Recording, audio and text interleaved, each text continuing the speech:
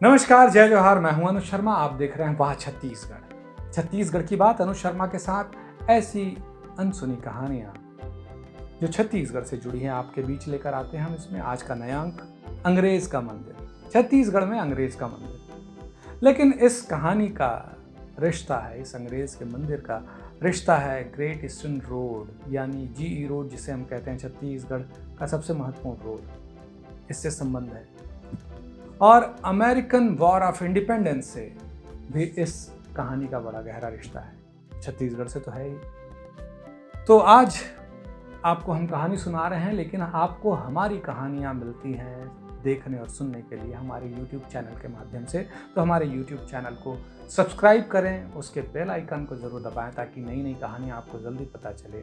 आप हमारे Facebook page को भी फॉलो कर सकते हैं और आप हमसे जुड़े रह सकते हैं। अगर आपको हमारा वीडियो अच्छा लगता है तो उसे लाइक करें, उस पर कमेंट करें ताकि हमें पता चले कि हमें किस तरह की कहानियाँ और बनानी हैं। और शेयर ज़रूर करें अगर आपको अच्छी लगती है तो छत्तीसगढ़ की बात लोगों तक पहुँचाने में अपना योगदान दें। आज की कहानी अंग्रेज का मंदिर। बात उन दिनों की है जब बारिश यानी मानसून आ चुका था, गर्मी जा चुकी थी, लेकिन धरती की प्यास नहीं बुझी थी। गर्म धरती और उस पे पानी की फुहार से पैदा होता है उमस, और एक ऐसी ही उमस भरी सुबह यानी 12 सितंबर सन 1778 की सुबह सारंगढ़ में जितने लोग रहते थे अपने घरों से बाहर कौतूहल भरी निगाहों से देख रहे थे, क्योंकि उन्होंने जीवन में पहली बार वो देखा था। वो क्या था? दरअसल सारंगढ़ के तब के राजा थे विश्वनाथ सिंह, और वो रहते थे अपने बादल महल में। आज जो सारंगढ़ में महल है उसका नाम है गिरिविलास महल। तब इसका निर्माण नहीं हुआ था। बादल महल के अवशेष आज भी गिरिविलास महल के बाजू में खड़े दिखाई देते हैं। बहुत छोटा सा था सारंगढ़। जो वहाँ का किला था, वहाँ जितने लोग रहते थे बस समझिए कि वही सारंगढ़ था। बहुत छोटी बस्ती थी। एक तो किले में रहने वाले राजगोंड परिवार, गोंड परिवार, बिंझवार, भैना और कुछ रावत परिवार ही वहाँ रहते थे। किले के चारों ओर जो सुरक्षा के लिए जो नाला होता है उसमें भी बढ़िया पानी भरा हुआ था, क्योंकि बारिश आ चुकी थी। और आमतौर पे बहुत शांत रहने वाली बस्ती थी सारंगढ़, लेकिन सबकी निगाहों में बहुत कौतूहल भरा था। सब लोगों की निगाहें जो है किले के दरवाजे पर थी, क्योंकि उस दिन पहली बार सारंगढ़ में एक अंग्रेज दिखाई दिया था। यह संभवतः छत्तीसगढ़ में दर्ज इतिहास का भी पहला अंग्रेज था। धूल धूसरित फौजी वर्दी में घोड़े पर सवार एक अधिकारी जो अपने प्रवेश की अनुमति की प्रतीक्षा में खड़ा था, उसका नाम था रॉबर्ट फार्क्वार। ये अंग्रेज इस किले के दरवाजे पर क्यों खड़ा था, इसकी सूचना लगभग 1 महीने पहले कलकत्ता से ईस्ट इंडिया कंपनी के कुछ सैनिक नुमा अधिकारी governor general of Bengal Warren Hastings का राजा साहब के नाम लिखा एक पत्र लेकर आए थे। और हेस्टिंग्स ने लिखा था कि उनके अधिकारियों का एक दल, जिसे उन्होंने एम्बेसी के रूप में संबोधित किया था, मराठा राजा रघुजी भोसले से मिलने नागपुर जाने के लिए कलकत्ता से रवाना होने वाले हैं। हेस्टिंग्स ने इस पत्र में पूर्व सूचना देते हुए यह भी लिखा था कि सारंगढ़ के राजा से, उनके राज्य से गुजरते हुए उनसे भेंट करते हुए चले। वो क्या जिम्मेदारी थी, इस बात को वॉरेन हेस्टिंग्स के अलावा मुट्ठी भर लोग ही थे जिन्हें इस एम्बेसी के महत्व का पता था। और ये एम्बेसी सारंगढ़ राजा के दरवाजे तक पहुंचा, उसका एक बहुत बड़ा अंतर्राष्ट्रीय कारण था। दरअसल कलकत्ता में ईस्ट इंडिया कंपनी ने सन 1772 में बंगाल के प्रथम गवर्नर जनरल वॉरेन हेस्टिंग्स को नियुक्त कर दिया था। बंबई और मद्रास के गवर्नरों ने भी अपना कार्यभार संभाल लिया था, लेकिन भूभाग के माध्यम से यानी सड़क मार्ग से इन तीनों मुख्यालयों के बीच संपर्क नहीं था। अगर कलकत्ता के अंग्रेज अधिकारी को बंबई जाना होता था तो उसे श्रीलंका तक पानी के रास्ते से घूम के जाना पड़ता था। यह व्यवहारिक नहीं था।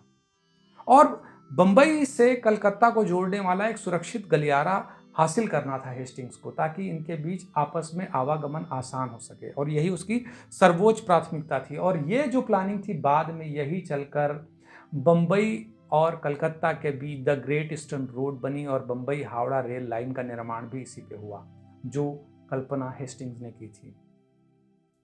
हेस्टिंग्स का दौर शुरू होते होते पूरे भारत पे मराठे हावी हो चुके थे।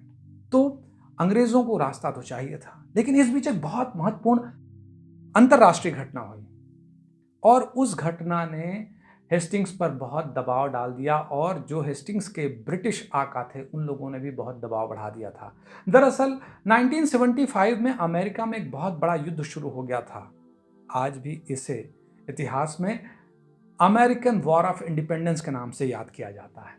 एक तरफ ब्रिटेन था और दूसरी तरफ उसके 13 ऐसे उपनिवेश जिन्होंने अपने आप को ब्रिटेन से स्वतंत्र कर संयुक्त राष्ट्र अमेरिका की स्थापना की घोषणा कर दी थी और इस पूरी लड़ाई में साथ दिया था फ्रांस ने।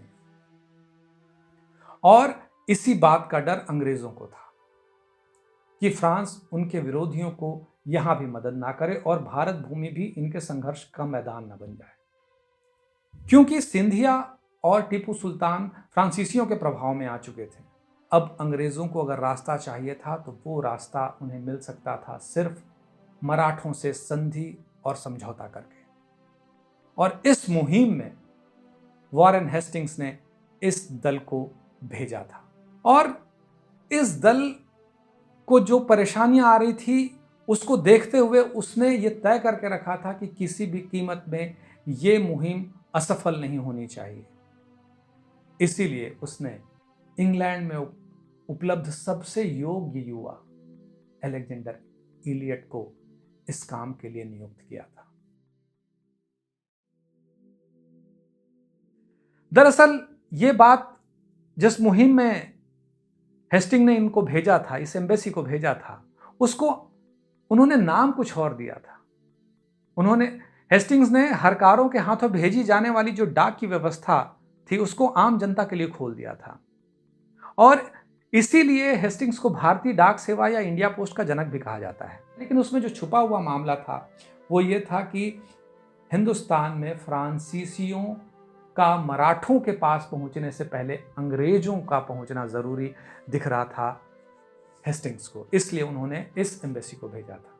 लेकिन जो बाहर खड़ा था उसका नाम अलेक्जेंडर इलियट नहीं था। तो हेस्टिंग्स से प्राप्त सूचना के अनुसार दल के मुखिया का यही नाम होना था, लेकिन बाद में पता चला कि इलियट की उसी सुबह मृत्यु हो गई, यानी 12 सितंबर सन 1778, और उनकी जगह दूसरे नंबर के अधिकारी रॉबर्ट फार्क्वार ने उनकी कमान संभाल ली थी और वो दरवाजे पर प्रतीक्षा कर रहे थे उन्हें अंदर बुलाने का।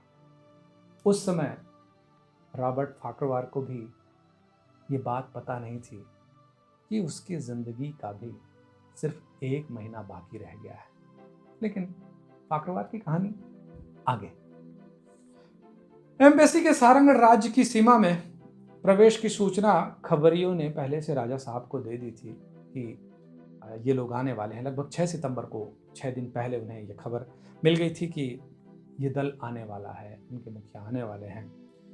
तो ये भी पता चल गया था कि मुखिया जो है, अंग्रेजों के दल का जो मुखिया है, और कुछ अन्य लोगों को बुखार है, उन लोगों की तबीयत ठीक नहीं है, उन लोगों को पड़ाव करना है। तो राजा साहब ने अपने लोगों को बोला कि जाकर उनको मदद करें, उनको सहायता करें, और काफ़ी बड़ी तादाद में ये लोग आए थे। तो उनके लिए अच्छी जगह चुनकर उन्हें एक पड़ाव का इंतजाम उन्होंने करा दिया था। जब सरायपाली से आप सारंगढ़ जाएंगे तो बीच में पड़ता है गुमरडा वन्यजीव अभ्यारण्य, और गुमरडा वन्यजीव अभ्यारण्य में आज जितने जानवर हैं और जैसा जंगल है, तो सोचिए कि 1778 में कैसा रहा होगा। वहीं पर गांव है सेमरापाली और सालर, 2 नदियों के आजू बाजू में यह गांव है, और बीच में टापूनुमा एक जगह है जहां इन अंग्रेजों ने कैंप किया था और राजा ने सारी सुविधाएं यहाँ दी थी। यहीं पर अलेक्जेंडर इलियट का अंतिम संस्कार किया गया। ऐसा कहा जाता है कि सरायपाली क्षेत्र में, वहाँ के राजा के अधीन क्षेत्र में उसका निधन हुआ था,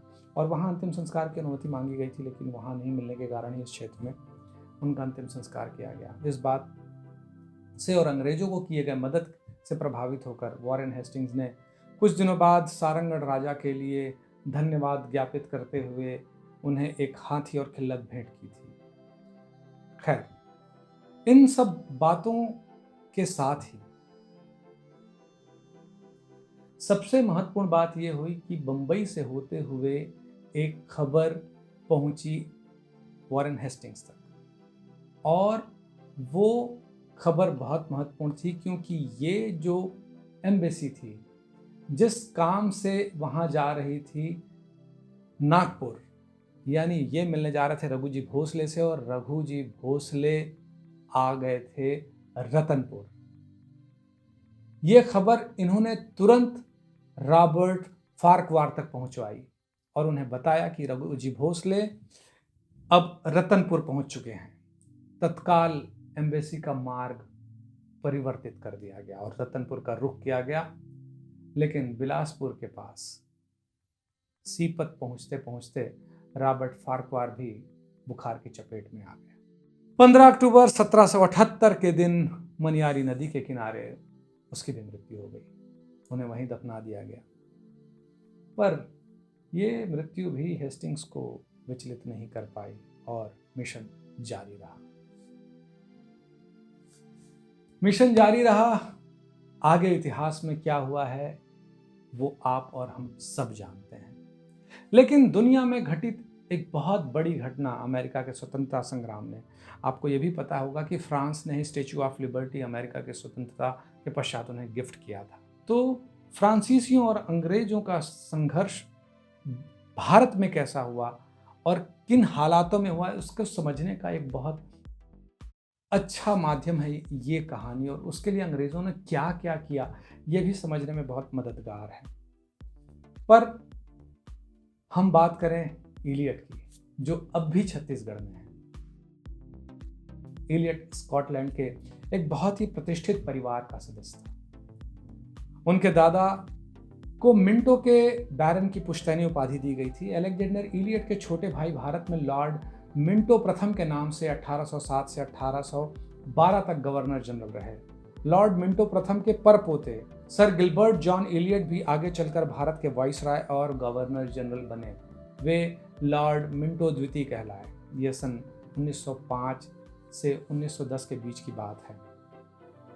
अलेक्जेंडर इलियट के आगमन, मृत्यु और उसके कब्र के ऊपर हुए निर्माण काल तक इस इलाके में लोगों को अंग्रेज क्या होता है नहीं पता था। उन्होंने अंग्रेज को नहीं देखा था, बल्कि मकबरा और कब्रगाह जैसे शब्द भी उन्होंने नहीं सुने थे। समाधि से जरूर वो परिचित थे। तो स्थानीय कारीगरों ने ही इलियट का मकबरा बनाया था, तो सीधी सी बात है कि उस पर उनकी छाप भी छूटनी ही थी। और स्थानीय लोगों ने उस कब्र के निर्माण को देखा और उस पर लिख दिया था अंग्रेज का मंदिर। और इस अंग्रेज के मंदिर को सन 1947 तक अंग्रेज सरकार समय समय पर आर्थिक मदद करती रही, इसीलिए वो आज भी काफ़ी अच्छी स्थिति में है और वो सुरक्षित रह गया। और अपनी नियुक्ति पूरी होने के बाद जब वॉरेन हेस्टिंग वापस जा रहे थे तो जहाज में उन्होंने अपनी डायरी में अलेक्जेंडर इलियट और उसके मिशन के बारे में विस्तार से लिखा था और कहा था कि एक बेहद प्रतिभाशाली युवा की इतनी कम उम्र में मृत्यु हो जाने के लिए वो अपने आप को खुद दोषी मानते थे। और अलेक्जेंडर इलियट के लिए वॉरेन हेस्टिंग ने एक बहुत बड़ा पत्थर, बहुत सुंदर सा पत्थर उन्होंने भेजा था उनके कब्र पर लगाने के लिए, जिसमें उनके बारे में काफ़ी कुछ लिखा हुआ था। वो पत्थर आज भी इलियट के मकबरे पे लगा हुआ है। और अलेक्जेंडर इलियट तो सौभाग्यशाली थे, लेकिन उनके जो साथी थे फार्क्वार, उनकी समाधि को काफ़ी समय लगा जीर्णोद्धार के लिए। जब कलेक्टर के तौर पर बिलासपुर क्षेत्र में उनके एक वंश के ही एक सदस्य जब नियुक्त हुए तो उन्होंने आकर फार्क्वार के कब्र को ढूंढा और उसे रिनोवेट कराया। फिलहाल ये कह सकते हैं कि छत्तीसगढ़ में जब अंग्रेज के मंदिर की बात होती है, अंग्रेज़ों के छत्तीसगढ़ में प्रथम आगमन की बात होती है, तो सारंगढ़ से जुड़ा और इलियट से जुड़ा ये किस्सा बिल्कुल प्रासंगिक हो जाता है। और यही किस्सा हम आपके बीच लेके आए थे, जो अंग्रेज़ का मंदिर आप देखने आज भी जा सकते हैं इस क्षेत्र में, जहाँ इलियट हमेशा के लिए छत्तीसगढ़ का छत्तीसगढ़िया होकर रह गया। तो ऐसी ही और कहानियाँ हम लेकर आते रहेंगे आपके लिए वाह छत्तीसगढ़ में, छत्तीसगढ़ की बात अनुज शर्मा के साथ। आप सब हमारे साथ बने रहिए और हमेशा हमें ये बताते रहिए कि हम किस तरह की और कहानियाँ कर सकते हैं। और अगर आपके पास कोई ऐसी कहानी है जो छत्तीसगढ़ से जुड़ी है तो आप हमारे साथ हमसे शेयर कर सकते हैं। हमारे YouTube चैनल पे आप कमेंट कर सकते हैं या आप हमें मेल कर सकते हैं जिससे हम और बेहतर कहानियाँ आप लोगों के बीच ला सकें। आज का सफ़र यहीं तक। आप बने रहें हमारे साथ, यानी वाह छत्तीसगढ़ के साथ, और हमें अपना सहयोग देते रहें। तब तक आप सबसे लेते हैं विदा। नमस्कार, जय जोहार। वाह छत्तीसगढ़, छत्तीसगढ़ की बात अनुज शर्मा के साथ।